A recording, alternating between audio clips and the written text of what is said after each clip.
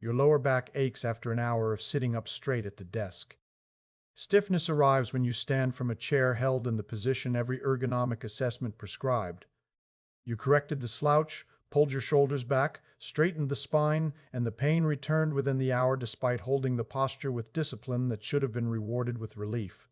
You have been sitting this way for decades. The instruction was clear. Sit up straight, engage the core, keep the shoulders back.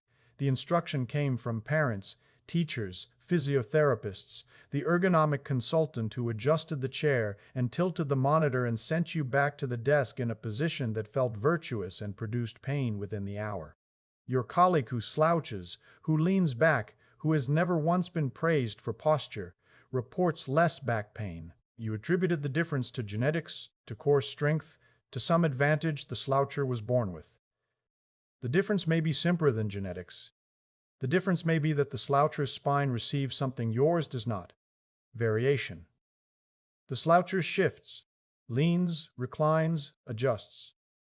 The sloucher's disc receives loading and unloading in alternation. Your disc, held in the prescribed position with admirable consistency, receives loading without unloading for as long as your discipline holds.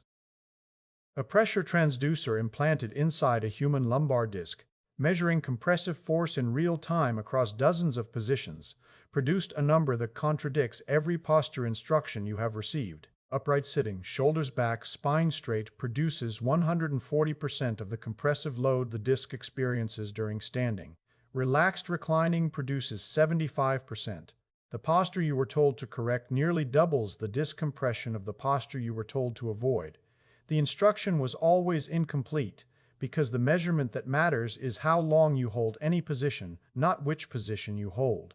Intradiscal pressure across positions, measured from transducers surgically implanted into living human lumbar discs and recorded in real time as the subjects change position, lying supine produces approximately 25% of standing load, the lowest measurable compression. Lying on the side produces the reclined load. Standing relaxed is the baseline at 100%. Sitting reclined with the backrest at 110 degrees produces the reclined load, matching the side-lying measurement. Sitting upright at 90 degrees produces the full upright compression. Sitting upright with a forward lean toward a screen produces 185%. Sitting upright holding a weight in the lap exceeds 200%. These measurements were first recorded from transducers inside living spines, as Nachemson published in Clinical Orthopedics and Related Research, and confirmed 3 decades later with modern pressure sensors, as Wilke validated in Spine. The numbers held across both measurement eras. Numbers follow from the biomechanics of the seated spine. When you sit upright at 90 degrees, the pelvis rotates posteriorly and the lumbar curve flattens. The flattening shifts the compressive load from the posterior elements, the facet joints and ligaments that share the force in a lordotic standing posture, onto the anterior column, the disc, and the vertebral bodies. The disc bears a disproportionate share of the total load because the geometry concentrates force through the nucleus rather than distributing it across the wider posterior structures. Reclining reverses this. The backrest absorbs a portion of the trunk's weight through friction and contact pressure, reducing the compressive force the disc must bear. At 110 degrees of recline, enough weight transfers to the backrest that the disc compression drops to 75% of standing, a reduction the disc experiences as meaningful relief. You are sitting at a desk, or you sat at one today, or you will tomorrow. Leaning forward toward a screen, holding this position for hours, produces 150 to 185% of standing compression on the lumbar discs. Continuously, without relief. For the duration of the working day. The driver holding the steering wheel at arm's length for a 3-hour commute is in a comparable compression range. The reader leaning forward over a book in bed, propped on elbows, is compressing the lumbar discs at angles the pressure data shows are among the highest measured. The ergonomic assessment that straightened your chair and squared your shoulders increased the disc load. The question the pressure data opens, if the prescribed position produces the highest sustained compression, what happens to the disc under that compression across hours? What happens to any pressurized fluid system under sustained load without release? The disc is that system. Your intervertebral disc is a hydraulic shock absorber, a pressurized gel called the nucleus pulposus contained within concentric rings of collagen fiber called the annulus fibrosus. The nucleus is approximately 80% water in a healthy young disc. That water content gives the disc its height, its shock absorption capacity, and its ability to distribute compressive loads evenly across the vertebral end plates above and below. A disc at full hydration absorbs the compressive force of each step, each lift, each postural load, by deforming slightly and distributing the pressure radially through the fluid. The fluid is the shock absorber. A dehydrated disc transmits force directly through its stiffened core to the vertebrae, the facet joints, and the nerve roots that exit between them. The fluid loss converts a shock absorber into a rigid spacer. Avascular and isolated, the disc has no blood supply.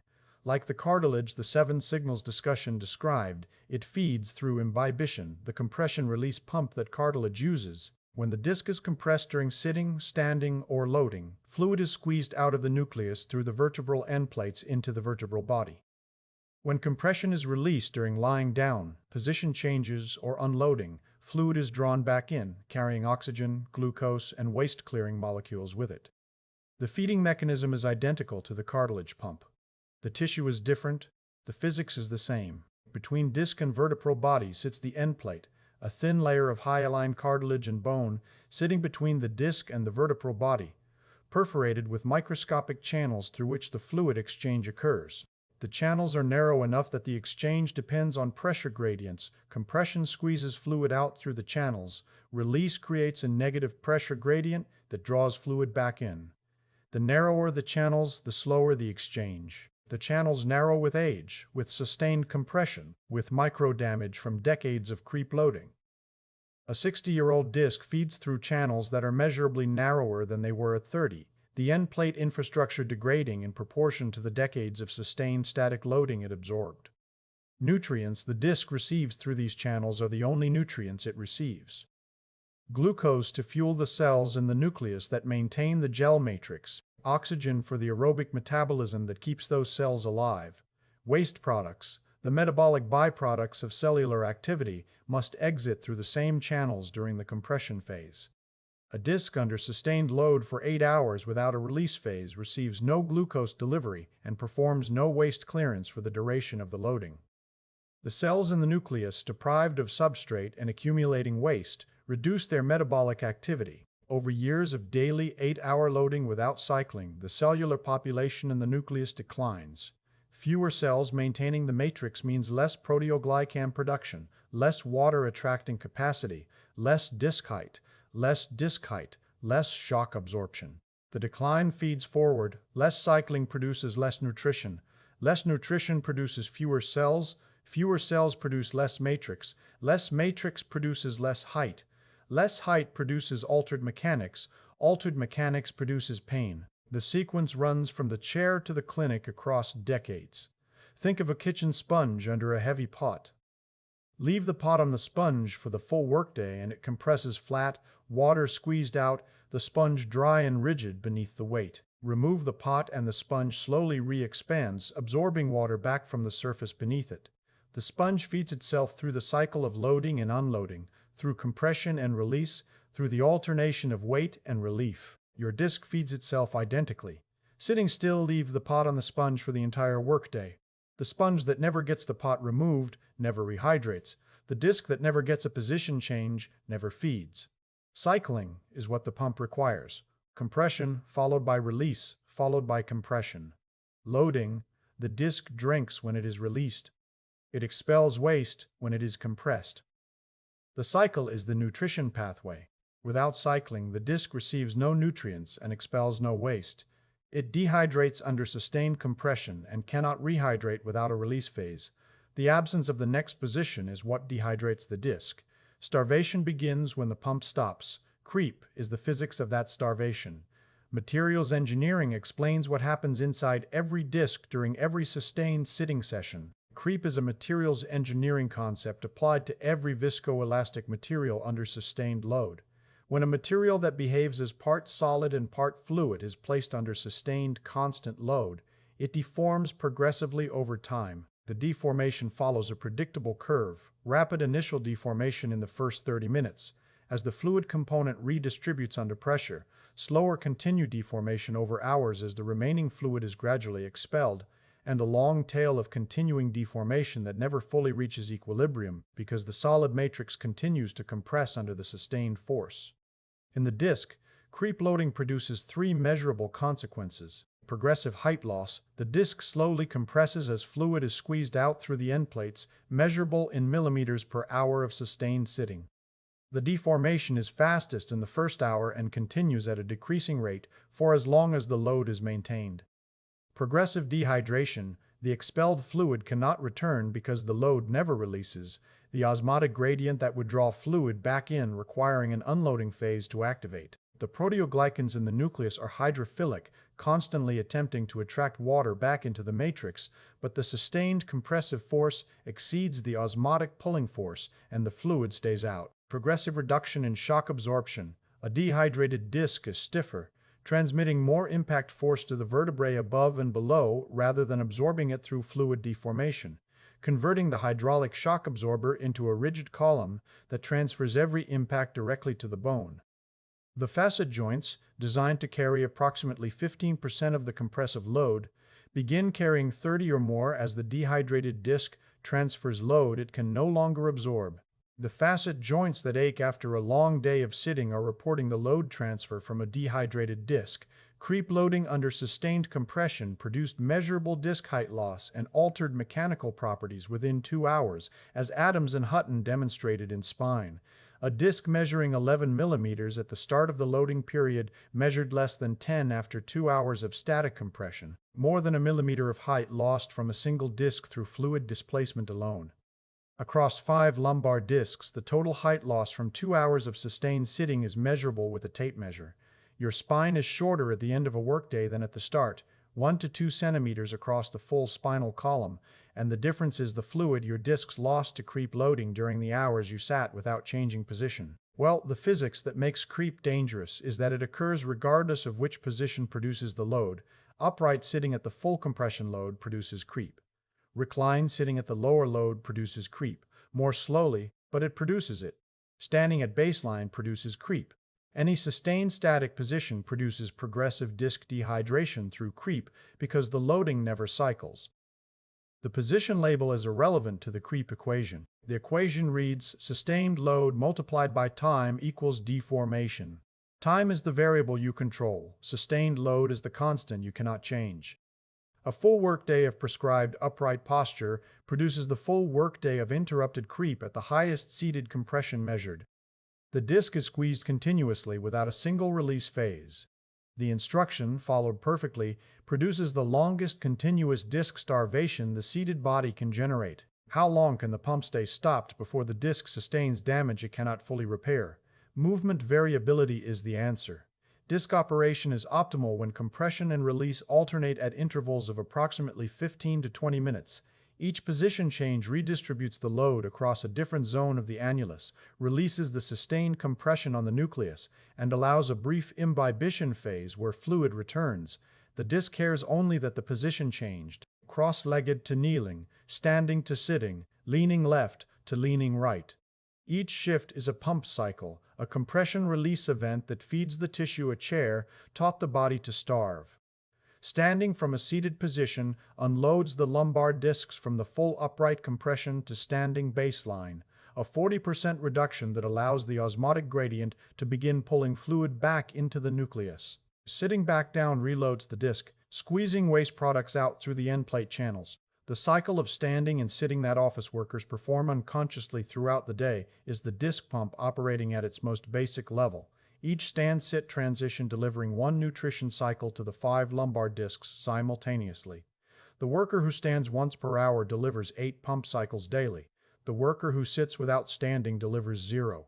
Workers who change position frequently, standing to standing, shifting weight, adjusting chair angle, standing to walk briefly, lose less disc height across a workday than workers who maintain any single position.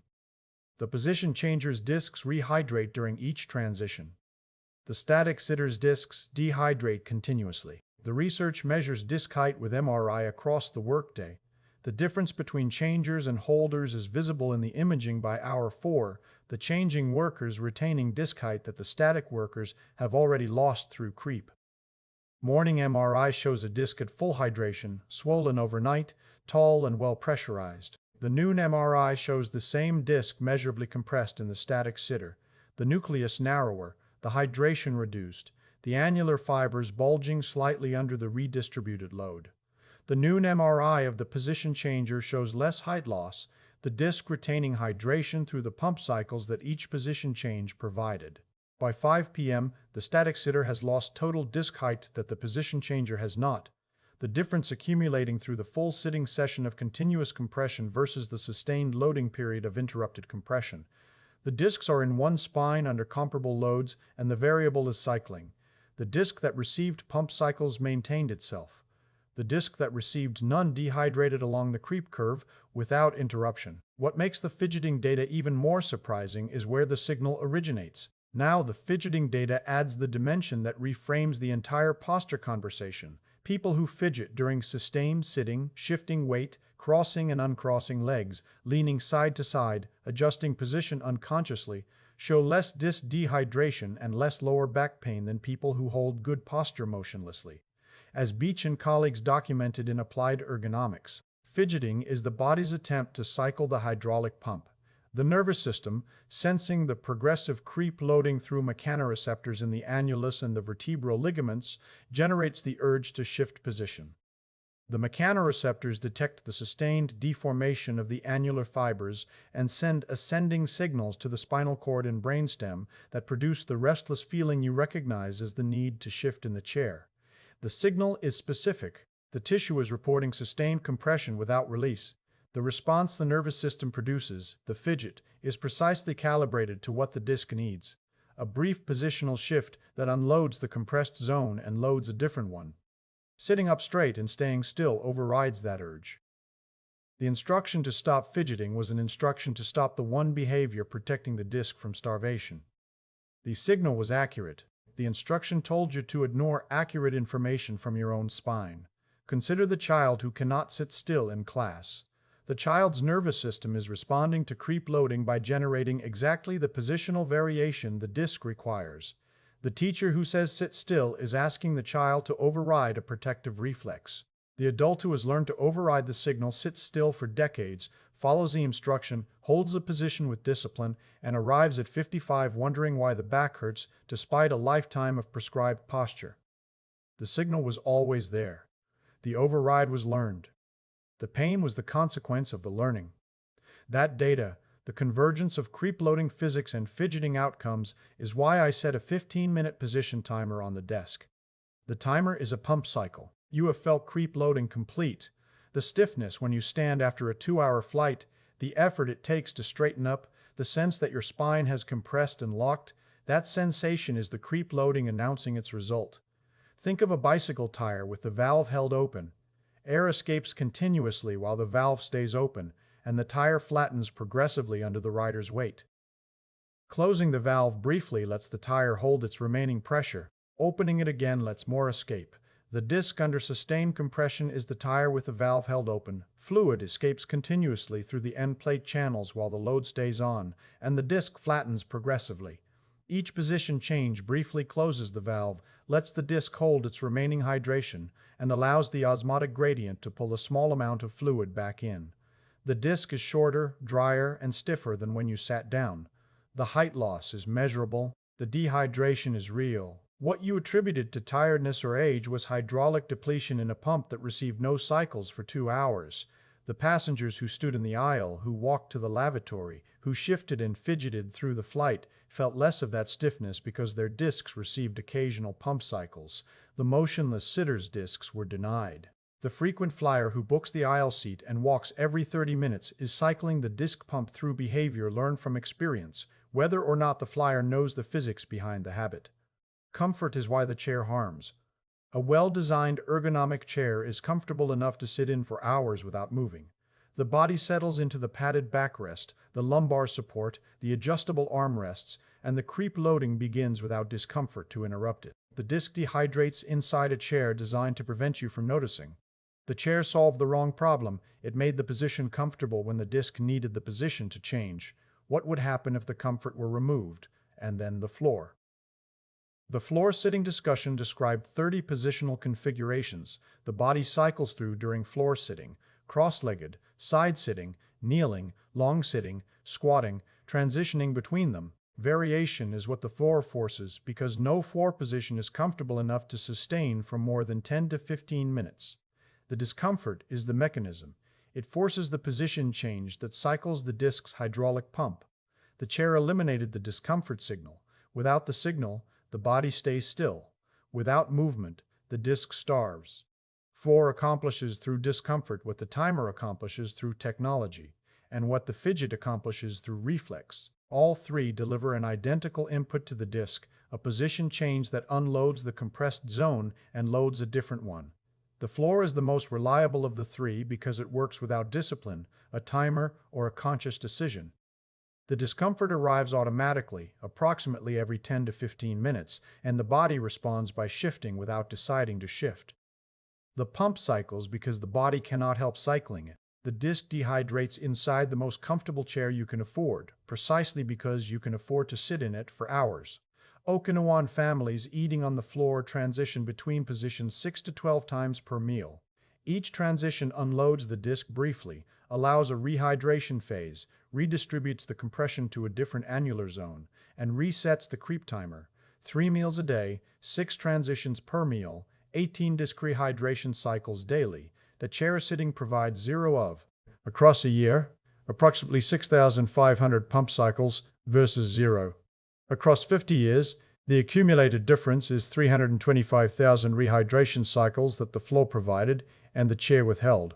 Can the disc that received those cycles and the disc that received 0 arrive at 60 in the same condition? During sleep, the disc rehydrates. Freed from compressive loading for the full loading duration, the nucleus pulposus absorbs fluid from surrounding tissue through the osmotic gradient the proteoglycans in the nucleus maintain. The proteoglycans are hydrophilic molecules, water-attracting polymers that generate a constant osmotic pull. During the day, the compressive force of body weight exceeds this pull and fluid stays out. During sleep, with the compressive force removed, the osmotic pull wins, and fluid is drawn back into the nucleus through the end plate channels. You are measurably taller in the morning than in the evening, 1 to 2 centimeters across the full spine because the discs have swollen overnight. The tallest measurement of the day is the first measurement. By bedtime, you have lost that height through the day's creep loading. Morning stiffness you feel when you first stand is partly the disc's post-rehydration state. Taller, more pressurized, and less tolerant of flexion loading, the rehydrated disc is a stiffer disc because the fluid pressure in the nucleus is at its maximum. The disc that was compliant and somewhat dehydrated at bedtime has become pressurized and resistant to bending overnight. This is why forward bending under load in the first hour of the day carries higher herniation risk than equivalent bending at noon, when some fluid has been expressed through normal activity and the disc has returned to a more compliant state. A body waking stiff, sitting at a desk in prescribed posture for the sustained session, and arriving home with an aching lower back, is experiencing the full creep loading cycle, overnight rehydration, morning vulnerability, the full duration of sustained compression at the upright load, progressive dehydration, disc height loss, evening stiffness and pain, overnight rehydration, and repeat. The cycle runs identically in the office worker, the truck driver, the retiree in the recliner, and the airline passenger who chose the window seat. The disc does not know which chair produced the compression. It knows only whether the compression released. Daily, the cycle compounds across years. The disc loses total hydration capacity with each decade because the sustained compression produces micro damage to the end plate channels that fluid flows through. The channels narrow. The rehydration becomes less complete each night. The disc that was 80% water at 30 is 65% at 60. The dehydration tracking decades of creep loading cycles with insufficient variation rather than tracking age alone. That distinction matters because it changes the framing of the diagnosis. A disc at 65% hydration is diagnosed as degenerative disc disease, a label that implies the disc aged and failed. The disc failed from input. Decades of sustained static loading that starved the hydraulic pump, narrowed the end plate channels, reduced the cellular population in the nucleus, and gradually converted a pressurized shock absorber into a desiccated spacer. The label describes the endpoint. The mechanism describes the path. The path runs through the chair, through the sustained position, through the decades of creep loading, without sufficient variation to cycle the pump. Lower back pain at 55 traces through decades of sustained static loading in positions the spine was designed to cycle through, including the one every authority figure called correct. Every physiotherapist who instructed sit up straight without adding and change position every 15 minutes delivered half the prescription. The half they delivered produced the compression. The half they omitted would have cycled the pump. Giving up the expensive ergonomic chair for a simple stool with no backrest was the response to the creep physics. The stool offers no comfort to settle into, no position sustainable for more than 10 minutes, no invitation to stay still. The discomfort returned the signal the chair had eliminated. The disc began receiving pump cycles it had been denied for years. The stool is uncomfortable. That is the point. The discomfort drives the variation the disc requires. Within a month, my lower back stopped reporting the 5 p.m. ache that ergonomic perfection had never resolved. The spine is a hydraulic system, 23 pressurized chambers stacked in series, each one feeding itself through compression-release cycling that no single position can provide. The chambers are stacked between vertebrae that protect the spinal cord, connected by ligaments that limit motion, stabilized by muscles that adjust tension with every positional shift. The system was built for movement. Every element of its architecture, from the fluid dynamics of the nucleus to the fiber orientation of the annulus to the channel architecture of the end plates, is optimized for a body that changes position continuously. The chair asked this system to hold one position for a full workday. The ergonomic instruction asked it to hold the position that produces the highest compression. The instruction asked the system to hold the worst one. The disc responded the only way physics allows. It dehydrated, it crept, it lost height, it stiffened, and it transmitted the compressive forces it could no longer absorb to every adjacent structure until the structures complained in the language the body uses for structural reports. Pain. Incomplete from the start. Sit up straight needed 5 more words and change position constantly. The disc cares about variation. The pressure transducer inside the human spine measured this in 1966, the creep loading confirmed it, and the fidgeting data proved the body already knew. The instruction has not updated in the 60 years since. The spine asked for the next position. It always has.